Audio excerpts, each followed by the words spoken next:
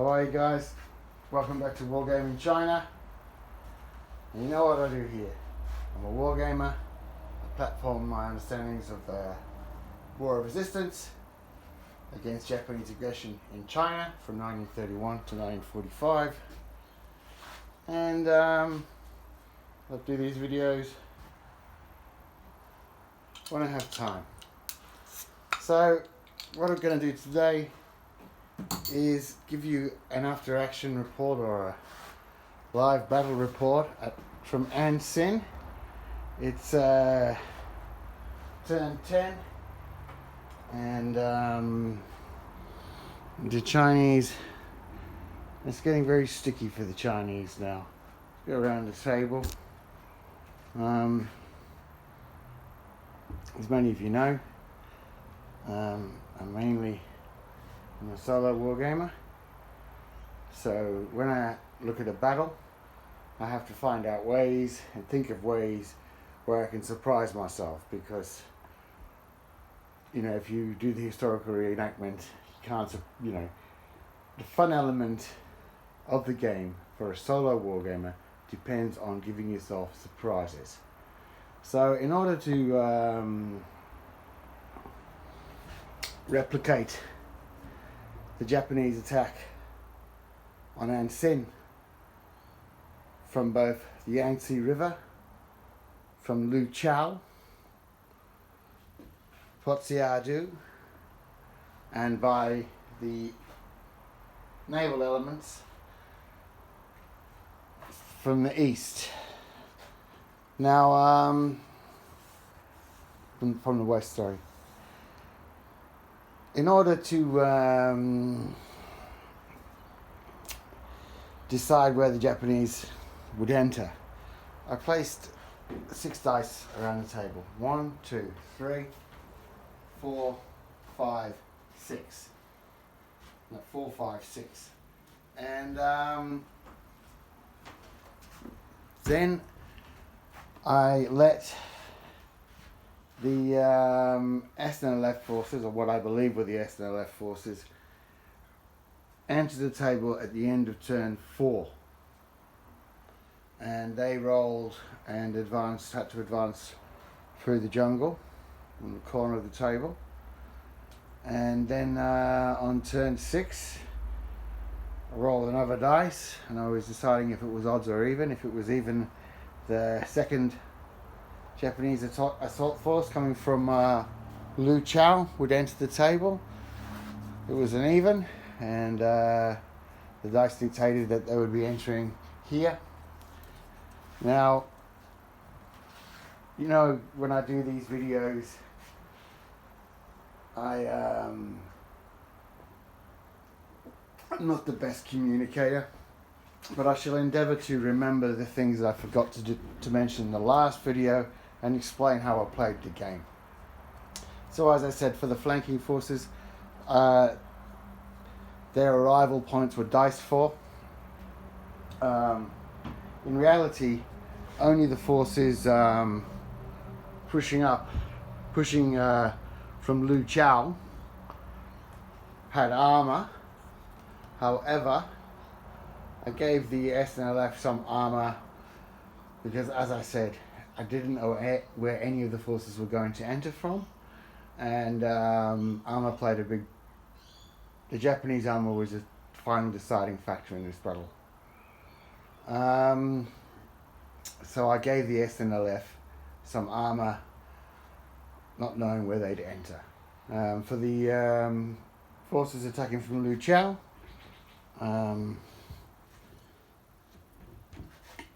they were in rapid fire battalion strength, or battalion strength, with a company of mortars, 2 Toyota armoured cars, and a Type 89. And the SNLF tankette, a Hargo, 275mm regimental guns, and a 70mm infantry gun. Now, as far as the fighting has gone so far, the Chinese have really excelled themselves. I set up the game, and obviously I had to do amendments, so I amended the speeds of landing craft to compensate for the speed of the Yangtze River.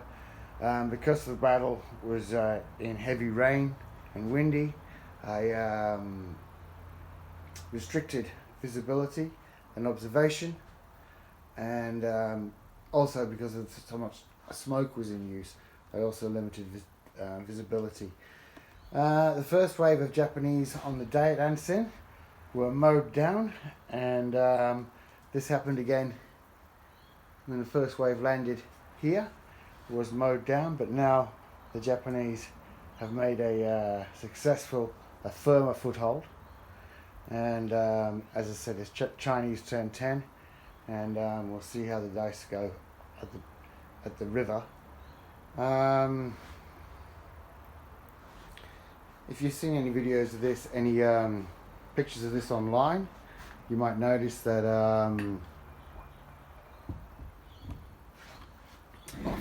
if you saw my last video, you notice there's extra barricades here, extra emplacement, and that's because as the battle went on and forces had arrived in the town, it was fortified, and it it was allowable in the fact that this gun sat there for 8 turns before it shot, so that's well within the rules for boarding emplacement in that time.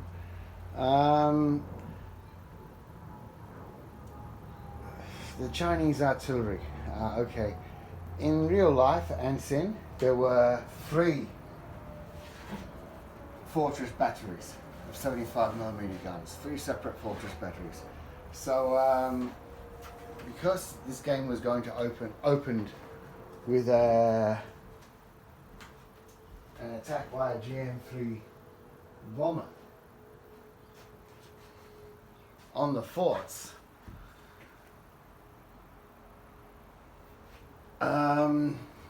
I thought, well, what I'll do is I'll have the 2 batteries on one fortress, like on one terrain piece, and have the 3rd battery off table. That way I couldn't get knocked out.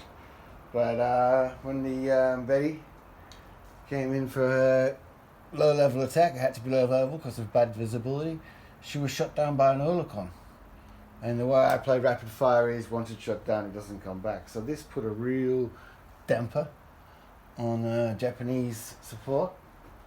Now, I gave the Japanese 6-inch guns firing from off table to represent the bombardment of the Japanese fleet, and then the ability to dice for another aeroplane,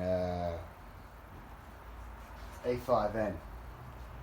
But however, they haven't successfully diced for that yet, nor have the Chinese, because they have an opportunity to dice for air support, but have failed so far.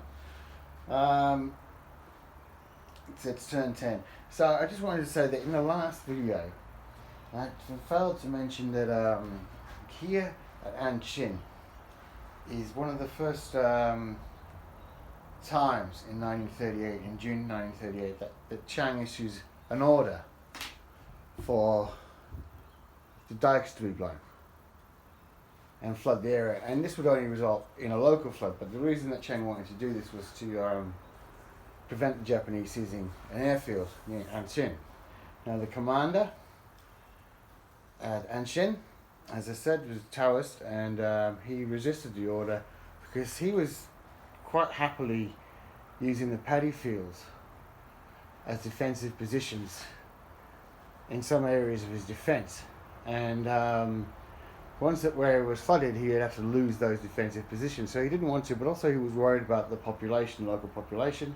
However, with the fall of the city, just prior to the fall of the city, the dikes were blown and this area was flooded.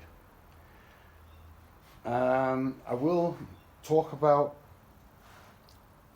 China's and Chiang's drowned earth policy in a forthcoming presentation, but not today. Today we're just going to stick with this battle. So as we can see, The Japanese in the first wave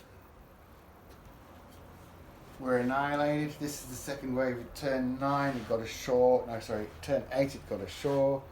It took one complete turn to get through the reeds, all the time under Chinese fire. And the Chinese might counterattack with the bayonet and sword, because that's what they did. Historically, that was what they did. Here on the flank, on the Chinese right and left flank, well, things are desperate. Really desperate. The Madsen's been knocked out. 37mm infantry guns been knocked out. The militia, the Peace Preservation Force have been driven back and have received heavy casualties, so we're going to have to roll morale for them. And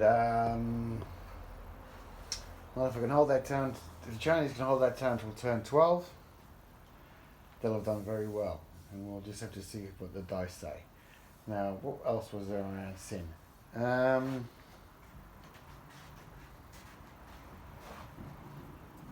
What else was there? Oh yes, well, following this battle, the next city that the Japanese will assault is Hankow. So even while this battle is going on, Chinese official departments, machinery, tooling, skilled workers have all been evacuating from Hankow, and in the next couple of days the Battle of Hankow will begin. Now Hankow was the seat of government for Chiang after the fall of Nanjing, but now he will move his government to Chongqing or Chongqing, and this moving of his government to Chongqing is the final nail in the Sichuan warlords' provincial armies, because with the government so close in Sichuan, so many government officials and forces in Sichuan province around Chongqing, the warlords will be displaced. You know, they'll still be in service for the NRA, but they won't be commanding their own armies anymore. There'll be no more. There'll be troops from Sichuan province. Sichuan province will provide many troops to fight against the Japanese. Many, I think it's millions of troops. Sichuan was a huge recruiting ground for the government forces, for the NRA. But when Chiang gets to Chongqing, as I said, that will be the beginning, the very last gasps of the power of the warlords of Sichuan will begin. You know, as I said, Chiang will take over Sichuan province with just his forces and his personnel, and he will seize facilities for his government and shoulder aside.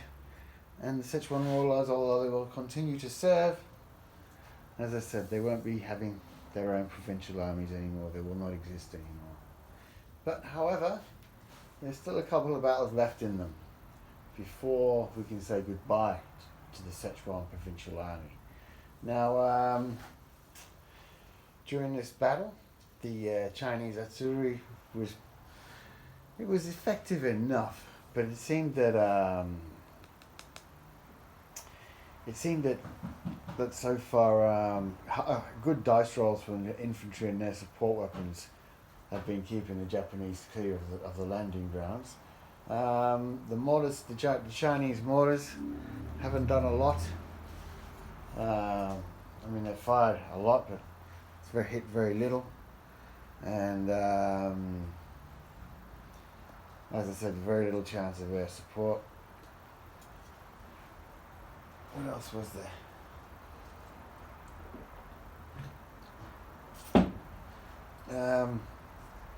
Yeah, so I've got two turns after this game, and then we'll be heading further upriver, and that requires a little bit of building, so I don't know when I'm going to be doing another video,